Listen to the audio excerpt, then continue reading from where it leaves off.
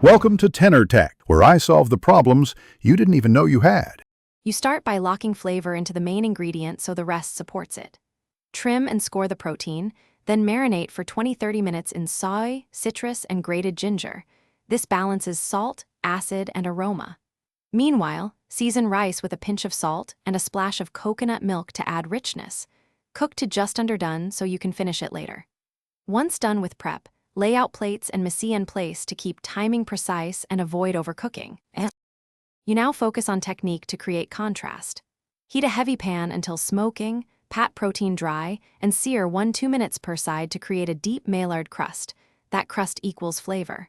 Once seared, lower heat and baste with butter or oil for 3-5 minutes to finish cooking gently and keep moisture.